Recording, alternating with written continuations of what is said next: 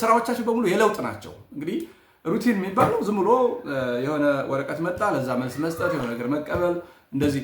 እሳቸው ግን ለውጥ ላይ ያተኮረ ቤተክርስቲያኗ ራሷን ችላ የሻማ ማምረቻ፣ የዳቦ ማምረቻ፣ የወይን ማምረቻ፣ የምዕመናን የሚረዱበት ትልቅ የንጹህ ስንዴ ማምረቻ ጭምር አቋቁመው የኢትዮጵያ ጉሮሮ የሆኑት የአሰብና የምጽዋ ወደቦች በአረቦች እጅ እንዳይወድቁ የሁል ጊዜ ጭንቀቴና ሐሳቤ ነው። ይህንንም እንዳይሆን ስሯሯጥ ጠላቶች ብዙ ጊዜ ጎድተውኛል ይላሉ።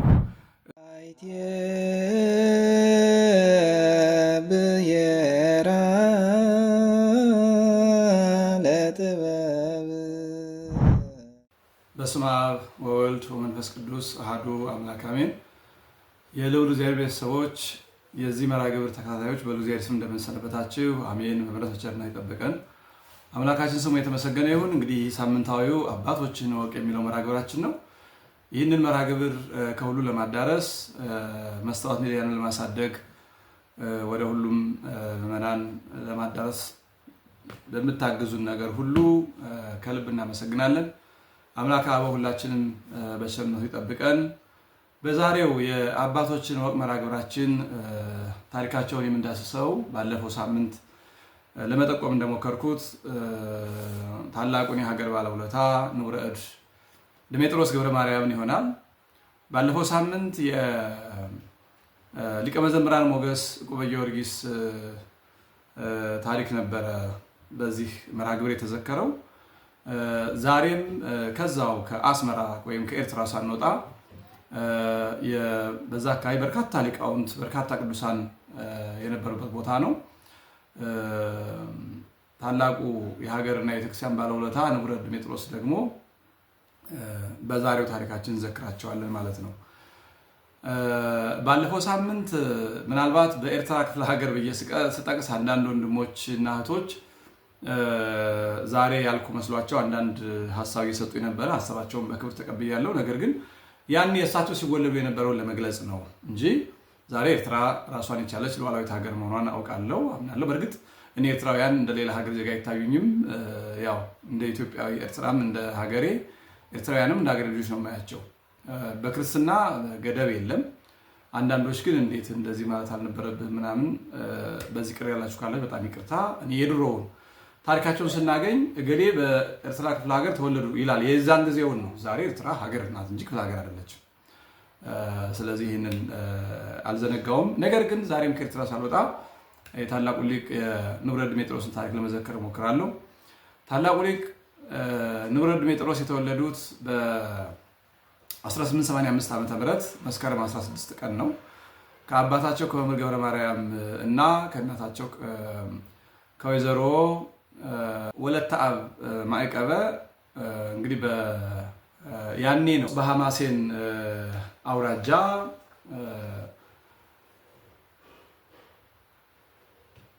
በአረዛ ወረዳ ልዩ ስሙ ማይጨው በሚባል አካባቢ ተወልደዋል። እንግዲህ ወላጆቻቸው በሰዓቱ ያወጡላቸው ስም ኪነስላሴ ወይም የስላሴ ጥበብ የሚል ነበረ። በጣም የሚገርም ስም ነው። ሁላችንም የስላሴ ጥበቦች ነን። ስላሴ በጥበብ ኪነ ጥበባቸውን የፈጠሩን እና ኪነ ስላሴ የሚል ስም አወጥተውላቸው ነበረ። ትምህርታቸው እድሜያቸው ለትምህርት ሲደርስ ወላጆቻቸው እዛው ትምህርት አስጀምረዋቸው ከአባታቸው ከመምህር ገብረ ማርያም ንባቡን፣ ውዳሴ ማርያሙን፣ መልክአ ማርያም፣ መልክአ ኢየሱስን፣ ዳዊቱን ደግመው ለማዕረገ ዲቁና በቅተዋል። በዚያው በአባታቸው ቤት እያሉ። ከዚያ በኋላ ግን ቀስ በቀስ ከቦታ ወደ ቦታ እየተንቀሳቀሱ ወደ ትምህርት በተለይ ከመምህር ገብረ ሚካኤል ገብተው ምዕራፉን፣ ጾመ ድጓውን፣ የዜማውን ትምህርት በሚገባ ጣዕሙን ቀምሰው ከወደዱት በኋላ ያው እንደ ማንኛውም ተማሪ አንድ የአብነት ተማሪ የትምህርትን ጣዕም ከቀመሰ በኋላ አካባቢውን ለቆ እናት አባት፣ እህት ወንድም፣ ጓደኛ፣ ትውልድ አካባቢ የሚባለውን ትቶ ነው የሚሄደው። ስለዚህ ንቡረ እድ ድሜጥሮስም የትምህርት ፍቅር እየጸናባቸው ሲመጣ ከኤርትራ ወጥተው ወደ ጎንደር ክፍለ ሀገር መጡ። በዚያም ሚካኤል ደብረ በሚባል ቦታ ያስተምሩ ከነበሩት በቅኔው በጣም የከታወቁት ከጌቴ ገሞራው የቅኔ ትምህርታቸውን በሚገባ ተምረዋል። ከዚያም ወደ ጭልጋ በመሄድ ደግሞ ከአንድ ሌላ ታላቅ ሊቅም የቅኔውን ትምህርት በሚገባ አስፋፍተው ተምረዋል። ከዚያ በኋላ ወደ ጎንደር ከተማ በመምጣት አደባባይ ኢየሱስ ያኔ አቋቋም ያስተምሩ ከነበሩት ከመምህር መኮንን የጎንደርን አቋቋም ከነ የተባሉ ጥንቅቅ አድርገው ተምረዋል። ከዚያ በኋላ ደግሞ ወደ ቅዳሴ ትምህርት ሄደው ቅዳሴውን ዘልቀው ደብረ አባይ ሽሬ ደብረ አባይ ተሻግረው በደብረ አባይ ገዳም ቅዳሴውን ጨርሰው ለመምህርነት ተመርቀዋል። እነዚህን ሁሉ ትምህርቶች ሰብስበው ከዚያ ወደ ሀገራቸው ተመለሱ። ወደ ሀገራቸው ተመልሰው ሲያገለግሉ በተለይ ያን ጊዜ ኤርትራን ያስተዳድሩ የነበሩት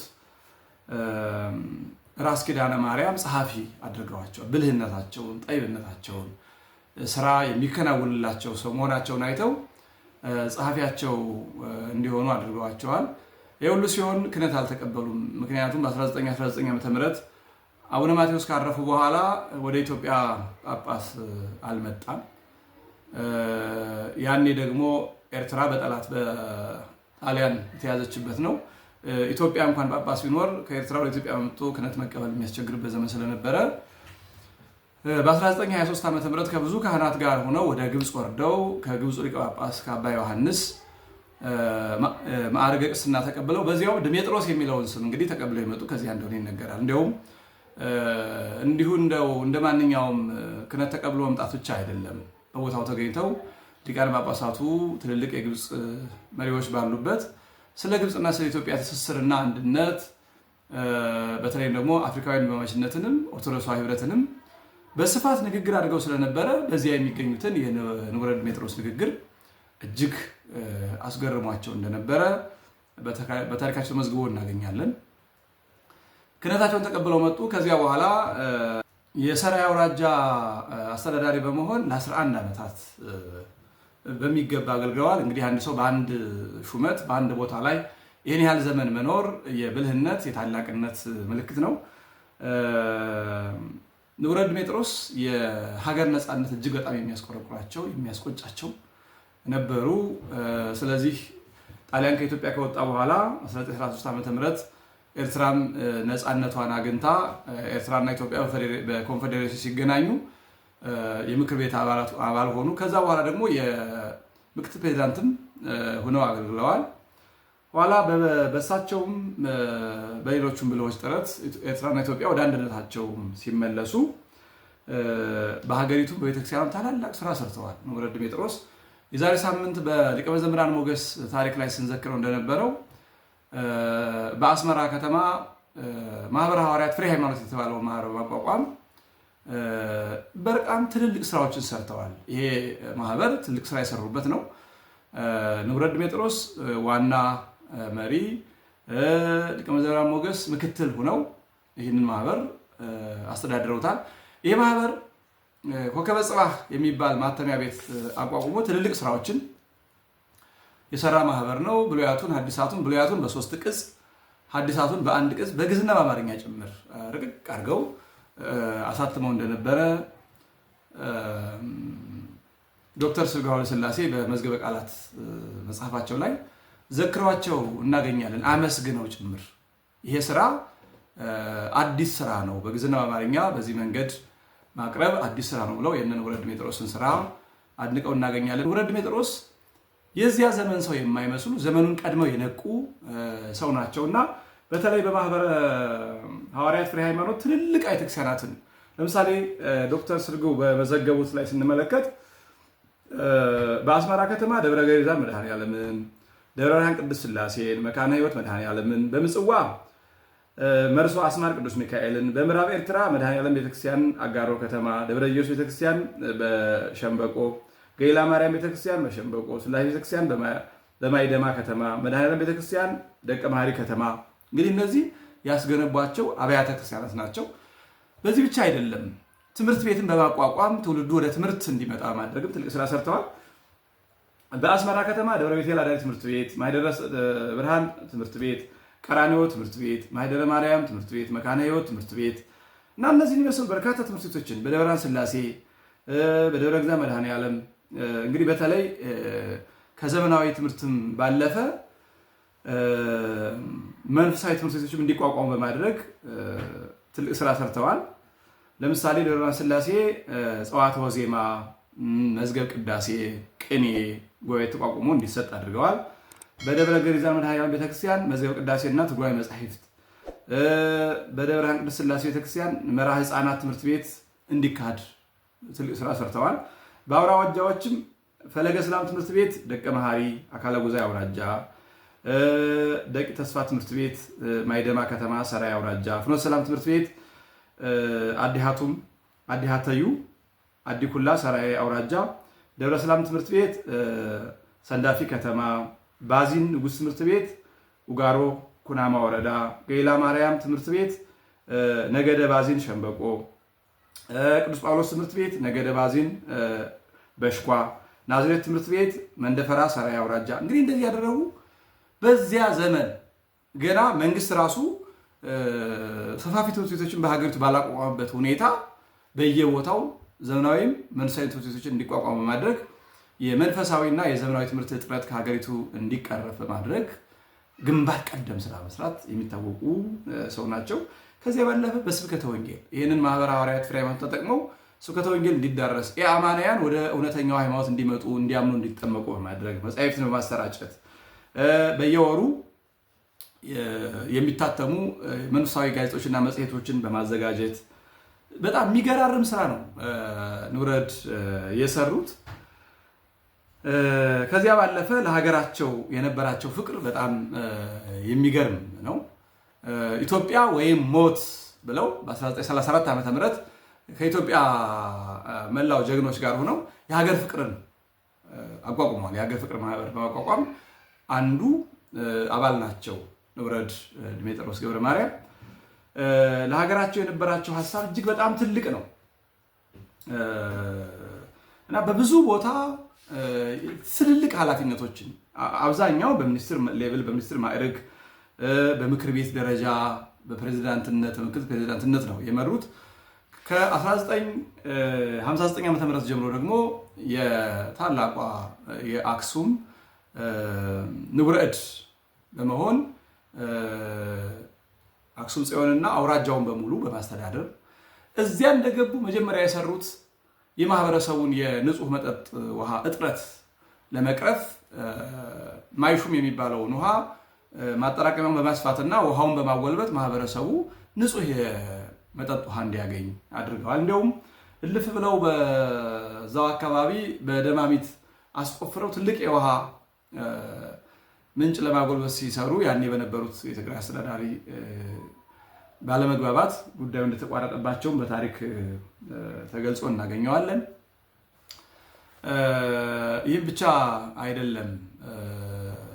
ንቡረ እድ ከ1961 ዓ.ም እስከ 16 ዓ.ም በኢትዮጵያ ኦርቶዶክስ ተዋሕዶ ቤተክርስቲያን የመንበረ ፓትርያርክ ጠቅላይ ቤተ ክህነት ጠቅላይ ስራ አስኪያጅ በሚኒስተር ሌቭል ተሹመው የጠቅላይ ቤተ ክህነት ጠቅላይ ስራ አስኪያጅ ነው ሰርተዋል። በዚህም ሰዓት እንዲሁ ዝም ብሎ መምራት ወረቀት መምራት ላይ የተጠመዱ ሰው አልነበሩም። ንውረድ ድሜጥሮስ ወይም ሩቲን ስራ ላይ ዝም ብሎ ደራሽ ስራ ላይ አይደለም። የወይን ማምረቻ ለወይን በሚሆን ቦታ፣ የስንዴ ማምረቻ፣ ከውጭ ሀገር የማምረቻ የእርሻ መኪኖችን በማስመጣት ትምህርት ቤት በማቋቋም ለምሳሌ ቅዱስ ጳውሎስ ሰዋስወ ብርሃንን በማጠንከር በዚያው አካባቢ የዳቦ መጋገሪያ ማሽን በማስገባት የሻማ ማምረቻ እና ስራዎቻቸው በሙሉ የለውጥ ናቸው። እንግዲህ ሩቲን የሚባለው ዝም ብሎ የሆነ ወረቀት መጣ ለዛ መልስ መስጠት የሆነ ነገር መቀበል እንደዚህ። እሳቸው ግን ለውጥ ላይ ያተኮረ ቤተክርስቲያኗ ራሷን ችላ የሻማ ማምረቻ፣ የዳቦ ማምረቻ፣ የወይን ማምረቻ፣ የምዕመናን የሚረዱበት ትልቅ የንጹህ ስንዴ ማምረቻ ጭምር አቋቁመው የነበሩ እጅግ በጣም የሚደነቁ ትልቅ ሰው ናቸው። እንግዲህ ከ1966 ዓ.ም በኋላ ያው ጡረታ ሲወጡ በዛው በሙያቸው ብዙ ቦታ ላይ አገልግለዋል። በተለይ ጡረታ ከወጡ በኋላ ማህበረ ሐዋርያትን መምራትና መጻሕፍት በሚገባ ታትመው እንዲወጡ መስራት ላይ ነው ያተኮሩት።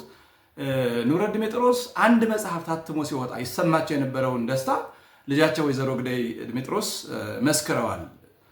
ማህበረ ቅዱሳን ባሳተመው በፍሬ ሊቃውንት ታሪካዊ ዘግቦ እንደምናገኘው አባታችን አንድ መጽሐፍ ከዛ ኮከበ ጽባህ አንድ መጽሐፍ አሳትሞ ሲያወጣ ወይም አንድ መጽሐፍ ታትሞ ሲወጣለት የሚሰማው ደስታ እስካሁን ትዝ ይለኛል ይላሉ አባታቸው ካረፉ በኋላ። እስካሁን እጅግ በጣም ልክ ወንድ ልጅ ሲወለድ ሴት ልጅ ስትወለድ እልል እንደሚባለው አንድ መጽሐፍ ሲታተምና ሲሰራጭ ደስታቸው ልዩ ነበር። ለሀገራቸው፣ ለቤተክርስቲያናቸው፣ ለሃይማኖታቸው እጅግ በጣም ተቆርቋሪ፣ በዚያ ላይ ደግሞ ጸጋ ያላቸው ናቸው። አንደበተ ርቱዕ ፈጣን፣ ሰዎችን አሳምነው ወደ ራሳቸው ሀሳብ የማምጣት ተሰጦና ጸጋ ያላቸው በጣም ለሀገር ታማኝ ልጃቸው ወይዘሮ ግደይ ብዙ ማስታወሻ አላቸው ስለ አባታቸው የሚገልጹት እና አባቴ በአስመራ ሳለን እኔ እየተመላለሱ ነበርና የምማረው ለእሱ የተመደበለት መኪና ነበር እና አባቴ ሹፌሩን እዘዘውና ትምህርት ቤት ያደርሰኝ አልኩት። ግደይ መኪናው የተመደበው ለእኔ ነው፣ ለመንግስት ስራ ነው እንጂ ለቤተሰብ መምሪያ አይደለም። ስለዚህ በእግርሽ ተመላልሽ ተማሪ፣ ይህ መኪና የመንግስት ነው ብሎ ከለከለኝ። በእግሬ ተመላልሽ ተማርኩና የአባቴን የሀገር ፍቅር በዚህ አይቸልታለሁ በማለት ከልጃቸው ምስክርነት እንሰማለን። ሁሉ ነገራቸውን ለቤተክርስቲያንና ለሀገር እንደሚያስቀድሙ የሚነገርላቸው ታላቅ ሊቅ ናቸው። እንግዲህ በተለይ በሀገር ፍቅር በኩል ስለ ኢትዮጵያና ኤርትራ አንድነት ከንጉሱ ጋር የነበራቸው ጥረት፣ በተለይም ደግሞ የአሰብና የምጽዋ ወደቦች በአረቦች እጅ እንዳይወድቁ የሁል ጊዜ ጭንቀቴ ነው ይላሉ። የኢትዮጵያ ጉሮሮ የሆኑት የአሰብና የምጽዋ ወደቦች በአረቦች እጅ እንዳይወድቁ የሁል ጊዜ ጭንቀቴና ሐሳቤ ነው። ይህንንም እንዳይሆን ስሯሯጥ ጠላቶች ብዙ ጊዜ ጎድተውኛል ይላሉ። ለሀገር ፍቅር ስሯሯጡ እንግሊዞች ይዘዋቸው ታስረዋል። ወደ 2 ጊዜ ያህል ቦምብ አፈንድተውባቸው በአንደኛው ቆስለው በአንደኛው በነፃ እግዚአብሔር በሰላም አትርፏቸዋል። እንግዲህ ምናልባት እንግሊዞቹም አረቦቹም ይሆናሉ። ምክንያቱም ወደቦቹ በጠላት እጅ እንዳይወድቁ በመቆርቆር የሚሰሩ ኢትዮጵያ እንድታድግ ማተሚያ ማሽንም የእርሻ ቦታ ሌሎች ትምህርት ቤቶችም እንዲኖሯት የሚሯሯጡ በቃ ኢትዮጵያን ለማሳደግ የሚሮጥ ሰው ስለነበሩ ይህን አይተው ጠላቶች ለማጥፋት ብዙ ጥረት አድርገውባቸዋል። እግዚአብሔር እየጠበቃቸው እስከ ብዙ ጊዜ ድረስ ደርሰዋል። በተለይ እንግዲህ ንውረድ ዲሜጥሮስ ቤታቸው ከቅድስት ማርያም ፊት ለፊት ዛሬ የማህበረ ቅዱሳን ህንፃ የሚገኝበት ቦታ የንውረድ ዲሜጥሮስ ቦታ እንደሆነ ያው በእኛ እድሜ የሚነገር ነገር ነው። ማህበረ ቅዱሳንም በጥቂት ገንዘብ ልክ የመስጠት ያህል ከባለቤታቸው ገዝቶ አሁን ያለውን የማህበረ ቅዱሳንን ህንፃ ገንብቶ እያገለገለበት ይገኛል። 3ኛ ፎቅ ላይ የሚገኘውን የስብከተ ወንጌል አዳራሽ ዲሜጥሮስ ንውረድ ዲሜጥሮስ ብሎ ማህበረ ቅዱሳን ሰይሞላቸዋል ስማቸው እንደ መታሰቢያ እንዲሆን እና በዚህ መንገድ ማህበረ ሐዋርያት ፍሬ ሃይማኖትን እየመሩ እያገለገሉ በኮከበ ጽባህ ማተሚያ ቤት በርካታ መጻሕፍትን እያሰራጩ ቤተክርስቲያንን ሀገርን እየጠቀሙ ኖረው በ1981 ዓ.ም መስከረም 20 ቀን አርፈው አስከሬናቸው ከአዲስ አበባ ወደ አስመራ ተወስዶ በደከሙበት በለፉበት በደብረ ብርሃን ሥላሴ ቤተክርስቲያን መስከረም 22 ቀን አጽማቸው በክብር አርፎ ይገኛል። በእውነቱ እንዲህ ያሉ ሰዎች ዛሬ ራሱ የሉንም። ዛሬ ራሱ በሰለጠነው ዘመን ማምረት ላይ ያተኮሩ፣ ትውልድ መገንባት ላይ ያተኮሩ ስልጣኑ ያላቸው ሰዎች የሉንም። እንደው ቢሮ ላይ መቀመጥ፣ ተመሳሳይ ስራ ውሃ ቅዳ ውሃ መልስ ላይ መጠመድ ነው እንጂ ሀገርን የሚያሳድግ ለውጥ የሚያመጣ ቤተክርስቲያንን ወደፊት አንድ እርምጃ የሚሰሩ ሰዎች የሉንም እና እነ ንውረድ ዲሜጥሮስ ገብረ ማርያም አራያዎቻችን ናቸው። በሀገር ፍቅር፣ በቤተክርስቲያን ፍቅር፣ በስራ ያለ እረፍት ጠንክሮ በመስራት እነዚህ በእውነቱ አርአያዎቻችን ናቸውና እኛም እንደነሱ ጠንክረን ሰርተን ሀገራችን ኢትዮጵያን፣ ቤተክርስቲያናችን፣ ኤርትራውያንም በዛው ባሉበት ሀገራቸውን ቤተክርስቲያናቸውን ጠንክረን ሰርተን ለሚመጣው ትውልድ የለማ ሀገር፣ የሰለጠነ የበሰለ ትውልድ፣ የቀናች የጸናች ሃይማኖቱ የቀና ትውልድ አድርገን እንድንተካ አምላከ አበው ይርዳን። እንግዲህ ይህ መስተዋት ሚዲያ የኢትዮጵያ ሊቃውንት ያው የኤርትራን ጨምሮ ማለት ነው ለትውልዱ በማስተዋወቅ ግንባር ቀደም ሚዲያ ነው። ስለዚህ ይህንን ሚዲያ ሳትሰለቹ ሼር፣ ላይክ በማድረግ ሰብስክራይብ በማድረግ በማሳደግና ከሁሉ እንዲደርስ በማድረግ የበኩላችሁን ድርሻ እንድትወጡ ለመጠቆም ፈልጋለሁ። ይሄ በጣም ቀላል ስራ ነው። የደቂቃዎች የሰከንዶች ስራዎች ናቸው። ነገር ግን እኔ በአንድ ሰከንድ ወደሆነ ሰው ስልክ የነ ንውረድ ሜጥሮስን የነ ሊቀ መዘምራን ሞገስ ጊዮርጊስን ታሪክ በቀላሉ ማድረስ ቻልኩ ማለት ነው። ለሌላ ሰው የትልቅ ስጦታ ነው። ስለዚህ ይህንን እያደረግን አብረን እንድናገለግል መንፈሳዊ ጥሪን ለማቅረብ እፈልጋለሁ። አምላክ አበው ይጠብቀን፣ ይቆየን።